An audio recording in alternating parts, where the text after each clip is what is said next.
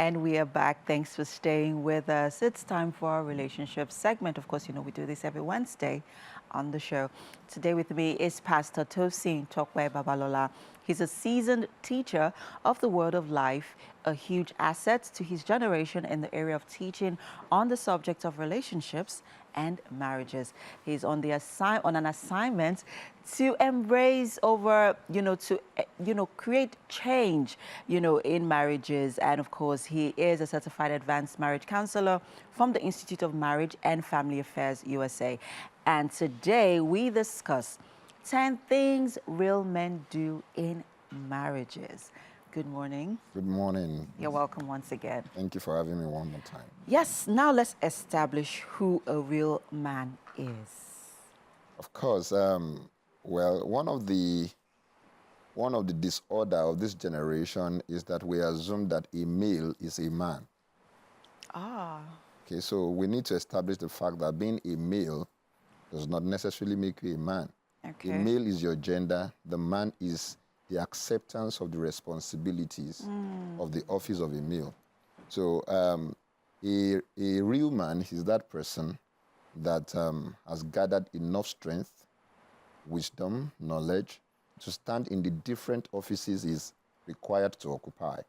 Because a man is not just a husband, he's a father too, he's a part of a larger society, he's supposed to be a son-in-law, a brother-in-law to some ladies. So he occupies different positions. He's supposed to be, an entity in the workplace, performing his roles and all of that. So a male is not necessarily a man. But if you're going to be a man, it is dependent on how much you can embrace the responsibilities attached, to your different offices. Oh. Yes. You must be able to occupy different positions at different times with a sense of balance. It's not that your religious involvement is affecting your home front, your career is not affecting, your social balances. You must be able to, balance up everything. That's where you're man. But is that possible? Very possible. Okay. I think one of the challenges that we have around, all of our responsibilities is our inability to structure things. Structures are very powerful. If you understand, while growing up as a married man, I had challenges with that too.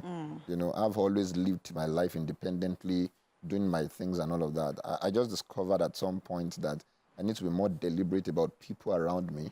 So I needed to create structures, and it has helped. It has really, really helped. Now, let's highlight these 10 things, which is the focus, for the conversation this morning. Okay, so we might not be able to exhaust all of them. But let's just mention as many as we can. Number one thing is that a real man, especially in the context of marriage, must be able to create leadership. That's number one. Number two, they must be able to create an atmosphere of love. We are in an environment where we believe that the expression of love is primarily for the female folks, and it's not true. If you're a leader, then you should create the atmosphere that is operational in your home. So they must be able to, create an atmosphere that reflects love. A man must be an epitome of standards. Okay, so these are the values and systems we want to. A man must also be able to provide. Pardon me, I'm one myself, but I should say boldly that a lot of men are lazy in this generation. In fact, we are becoming pest-like. We identify a successful or a progressive woman and want to be in their space, because we want to benefit from them. That's not the ideal situation. In fact, if you have to introduce yourself as a man, it means something is wrong, because your results and the way you participate in the running of your home and your affairs should reflect that you are a man. All right, so that's another thing that I also believe strongly, not because I'm a pastor, but because it's part of our societal composition, that a man should give religious direction. Religious direction. It's also very, very important. A man must be a manager of emotions. These are some of the things that, You say a manager of emotions. Yes. Wow. From a man. Men are not known to be emotional beings. That's why I said this regard. So if a man right now watching is struggling with that area, what would you advise?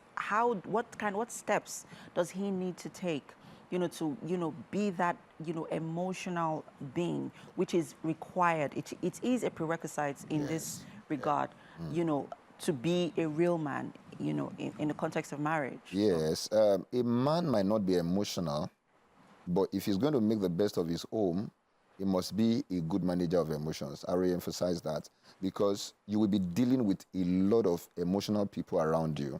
Number one is your wife. A woman can go from 100% to 0 in 1 minute. 1 minute, yeah. You know, so there are switches. And so if you're, and another stunning thing about women is that a lot of the times they say the opposite of what they want. So if you take them literally for what they have said, you might be. And that is why it is essential for a man to be a good manager of emotions. You know when to talk, when not to talk, when to ignore, when to respond, when to be apprehensive, when just to laugh things off and all of that. You need to master that. And, well, to narrow it down to your question, how will a man learn that? It's unfortunate that school is the only institution where you get certified before the learning. And I believe that we should be more deliberate about learning. Because these things can be learnt.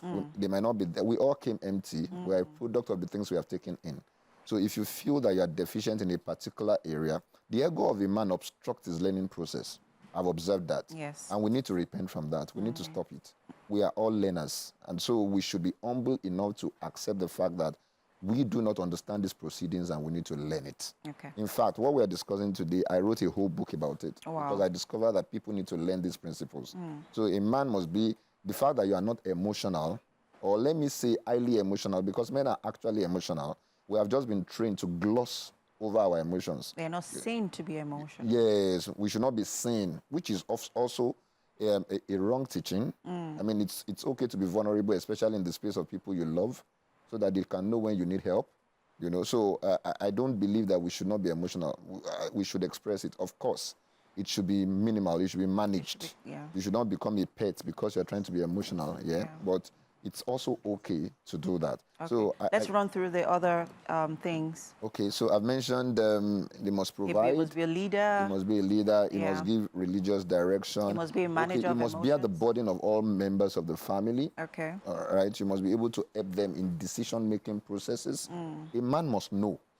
There are so many men, they don't know. Okay, so now, when a man must know, yes, it's sort of implying he must be perfect. He must know it all. So I would like you to expatiate, broaden it out so that people can understand. Okay, so we are not meant to be perfect. In fact, nobody is. But at least you must have answers to probably 70% of the questions in the heart of the people you are leading. And, you know, sometimes you don't have instant answers. That's okay. But when necessity requires that you begin to learn some of these things, you must. There are questions that my kids will ask me. I don't have answers to them. I have a girl of 16. I've never been a girl before.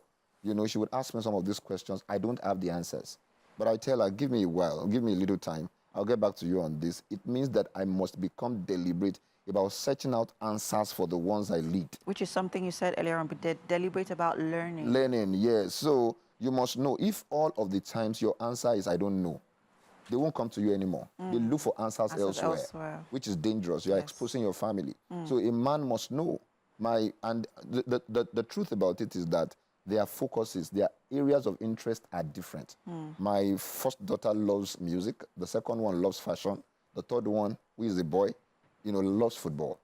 So I must be able to stand in gaps representing a man to each of them individually, because we can't train them as a unit. We need to train them individually, depending on their areas of interest. So a man must be on his toes to learn, to know, so that he can teach. Okay. So this is one of the emphases of the rules of a man. I don't know how many I've mentioned or how many I've left out. Well, you've mentioned quite a few. You've mentioned 5 or 6 so far, but let's quickly just take one more and then wrap it up. Okay, so I talked about leadership. Yes. I think that's also very, very important. That will give leadership to the family. A family is expected to have a direction. Are we a religious family? We must be able to establish that. What are our values? What are our values? What do we stand for? Yeah. Where do we go? What is permissive here? What is not? You know, some fathers want to be ice cream sellers. That makes everybody happy. You must know when it is such that you should make your family happy. You must know when it is such that you should stand firm on this principle. You should know when to be assertive and when to be emotional. Have a good balance. Balance of both, yeah. Fantastic.